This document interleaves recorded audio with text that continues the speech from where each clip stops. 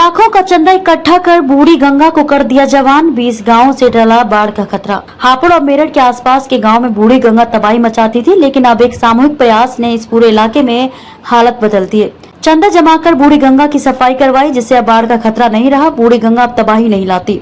दर्जनों गांवों में हर वर्ष मानसून आने के साथ ही ग्रामीणों के माथे पर चिंता की लकीरें खिंच जाती थी, मगर एक सामूहिक प्रयास ने इस पूरे इलाके में हालात बदल दिए। बूढ़ी गंगा की धारा अब इन गांवों से दूर हो गई है। खादर क्षेत्र में 2 गांवों के किसानों ने आपस में पैसा एकत्र कर बूढ़ी गंगा में जान डाल दी। 13 लाख एकत्र करके विलुप्त हो गई बूढ़ी गंगा की सफाई शुरू करा दी। 1 साल में 7 किलोमीटर बूढ़ी गंगा को कब्जा मुक्त कराती हुए सफाई करा दी गई, जिससे गंगा की बाढ़ का पानी अब गंगा किनारे बसे 20 गाँवों में नहीं जाकर वापस बूढ़ी गंगा में आएगा। करीब 6 दशक पहले गंगा की धारा हस्तिनापुर से लेकर गढ़मुक्तेश्वर नगर से लगकर बहती थी, परंतु आज यह धारा 8 किलोमीटर से भी ज्यादा दूर जा चुकी है। जबकि पुरानी गंगा को बूढ़ी गंगा का नाम देते हुए उस पर कई गाँवों में कब्जा कर लिया गया था। इसके चलते गढ़ तहसील के 23 गाँवों को बाढ़ की विभीषिका से दंश झेलना पड़ रहा है। चंदे से सुधरे हालात, परंतु पिछले साल खादर की तलहटी में बसे गाँव रामपुर, न्यामतपुर और साकरपुर के किसानों ने आपस में चंदा एकत्र करना शुरू कर दिया। इसके बाद ग्रामीण अपने विधायक के पास पहुंचे और 1 लाख रुपए का सहयोग लिया।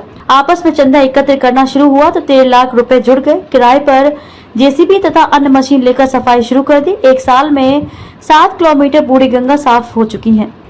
पिछले साल साफ हुई बूढ़ी गंगा में आज पानी भरा हुआ है, जबकि आगे के लिए सफाई चल रही है।